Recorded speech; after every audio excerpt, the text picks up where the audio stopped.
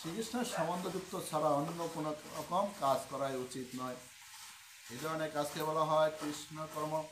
আমরা নানা রকমের কাজকর্মে লিপ্ত হতে পারি, কিন্তু সেই কর্মফল ভোগ করার প্রতি আমাদের আসক্ত হওয়া উচিত নয়।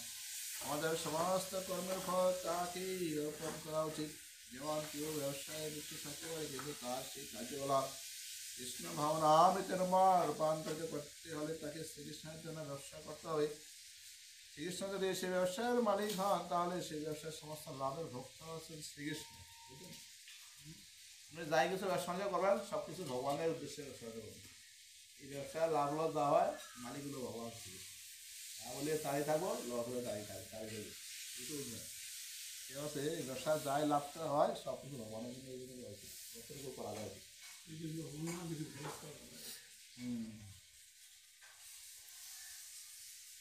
যেমন কেউ ব্যবসায় লিপ্ত থাকবে, কিন্তু তার সেই কার্যকলাপ কৃষ্ণ ভাবনামৃতে রূপান্তরিত করতে হলে তাকে শ্রীকৃষ্ণের জন্য ব্যবসা করতে হবে। শ্রীকৃষ্ণ যদি সেই ব্যবসার মালিক হন, তাহলে সেই ব্যবসার সমস্ত লাভের ভোক্তা আছেন শ্রীকৃষ্ণ। কোনো ব্যবসায় যদি লক্ষ লক্ষ টাকা থাকে এবং তিনি যদি তার শ্রীকৃষ্ণের দান করতে চান, তাহলে তিনি তা করতে পারেন। এটি হচ্ছে শ্রীকৃষ্ণের জন্য কর্ম। নিজের ইন্দ্রিয় তৃপ্তির জন্য বড় বড় প্রাসাদ তৈরি না করে তিনি শ্রীকৃষ্ণের জন্য সুন্দর একটি মন্দির তৈরি করতে পারেন। অনেকে আছে না, এগুলো দিকে অনেক বড় বড় প্রাসাদ তৈরি করে, অথবা ভগবান শ্রীকৃষ্ণের জন্য কীভাবে একটা একটা কুড়ে ঘর তৈরি করে। অনেকে দেখবেন বিল্ডিং করে, ভগবানের ইয়ে নাই, সিংহাসন নাই ঘরের ভিতরে। ওই সিংহাসন সিঁড়ির মধ্যে সিংহাসন, ভগবানের সিঁড়িতে আছে, এখানে সিঁড়িতে বুঝা করা। আপনি এত 20টা বিল্ডিং বলেন, ঘরের মধ্যে ভগবানের জায়গা হইলো না, জায়গা হইলো ওই বাইরে ওই সিঁড়ি উঠে, বুঝলেন? এই জন্যই বলছে বড় প্রাসাদ তৈরি না করে ভগবানের একটা মন্দির তৈরি করেন। সেটা হলো পরকালে পাওয়া, পরকালের জন্য কিছু থেকে গেলে নাকি।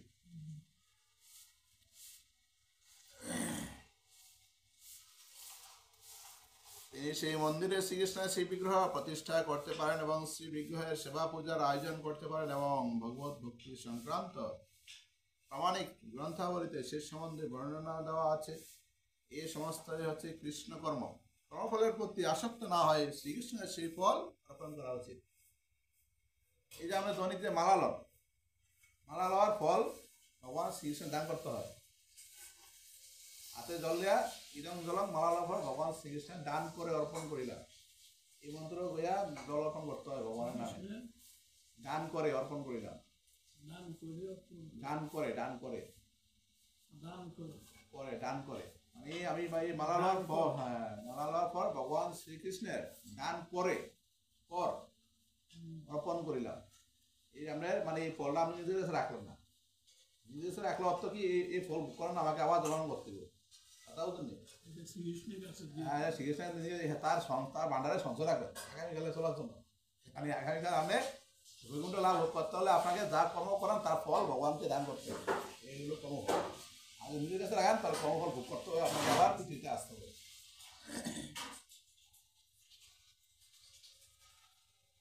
যাই কিছু করেন মারা লো না, যা কিছু যে ভগবান ব্যবসা যা কিছু করেন, যে ভগবান এই ব্যবসা মালিক তুমি, ভালো মন্দ তুমি, লাভ লস তোমার, সব হবে তোমার, পুজো হবে তোমার, যা কিছু সব তোমার জন্য নিবেদন করলাম।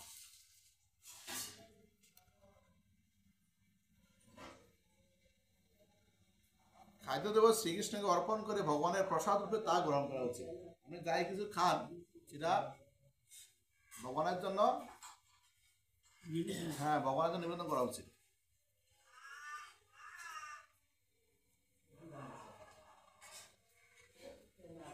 কেউ যদি শ্রীকৃষ্ণের জন্য একটি বিরাট বাড়ি তৈরি করে দেন এবং সেখানে শ্রীকৃষ্ণের বিগ্রহ স্থাপন করেন, তাহলে সেখানে বসবাস করতেও কোনো বাধা নাই। মানে ওটা বড় একটা বাড়ি করলেন, সেখানে ভগবানের একটা মন্দির তৈরি করলেন, সেখানে থাকে কোনো সমস্যা না, থাকতে হতো। তবে মনে রাখতে হবে যে শ্রীকৃষ্ণই বাড়িটির মালিক। এই বাড়ির মালিককে ভগবান শ্রীকৃষ্ণ। আপনি থাকতেছেন, আপনার থাকার জন্য জায়গা দিতে আপনি থাকতেছেন, ভগবান মালিক, আর সেবা করার দায়িত্ব আমাদের। এই হচ্ছে কৃষ্ণ ভাবনামৃত।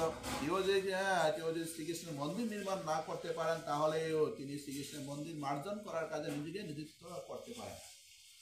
কারণ কারো মন্দির করার সামর্থ্য নাই, সে ভগবানের মন্দির মার্জন করতে পারে। ভগবানের মন্দির যে বাইরে উঠান ঝাড়ুটাও দেয় না, এটা একটা সেবা, ঝাড়ু সেবা বলা করে, এটা ভগবানের সেবা। বিদেশে যে পুরীতে দেখলাম মন্দিরে বিদেশিরা আইয়া বাইরে পিঠে চলালে একলা চালু হইতেছে।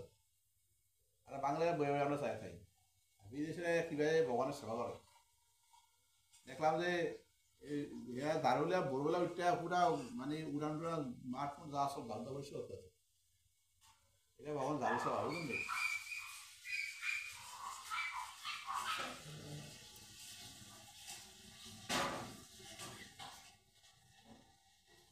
কৃষ্ণদাস ইয়া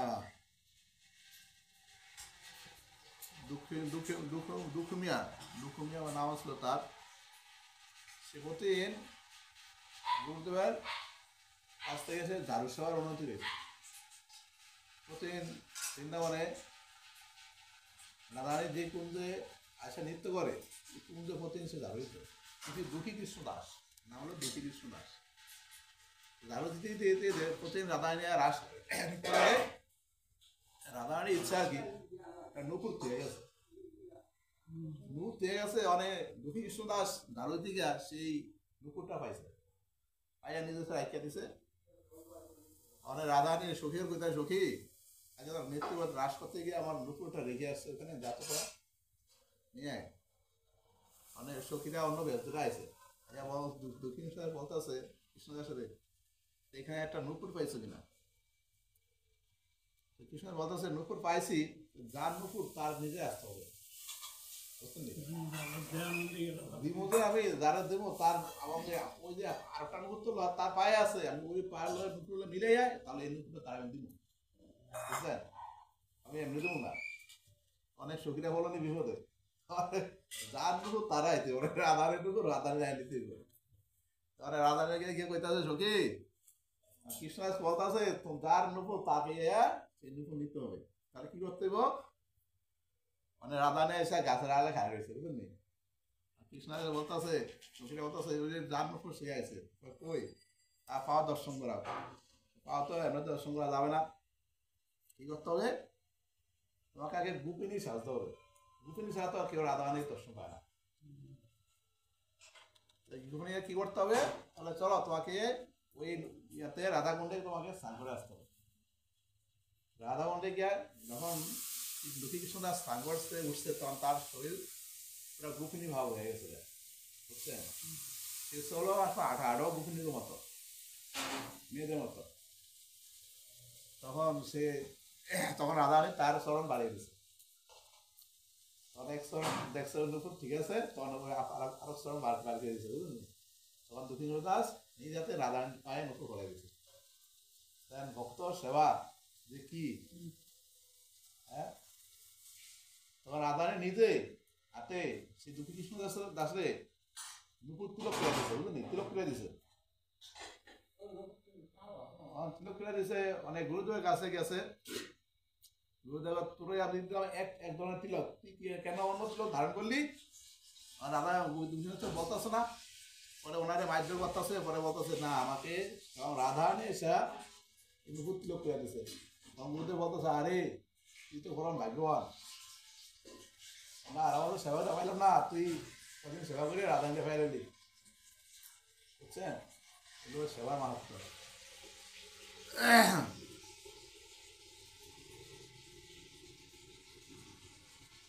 এমনকি নিতান্ত গরিব লোকেরও কিছু কিছু জমি আছে, সেই জমিতে বাগান করে তার ফুল শ্রীকৃষ্ণকে নিবেদন করতে পারি। আমরা তুলসী বৃক্ষ রোপণ করতে পারি, কারণ তুলসীর পাতা তুলসীর মঞ্জুরি ভগবানের সেবার জন্য অত্যন্ত প্রয়োজনীয়। ভগবদ গীতায় শ্রীকৃষ্ণ তা অনুমোদন করেছেন। পত্রং পুষ্পং ফলং প্রিয়ম, তিনি বলেছেন কেউ যদি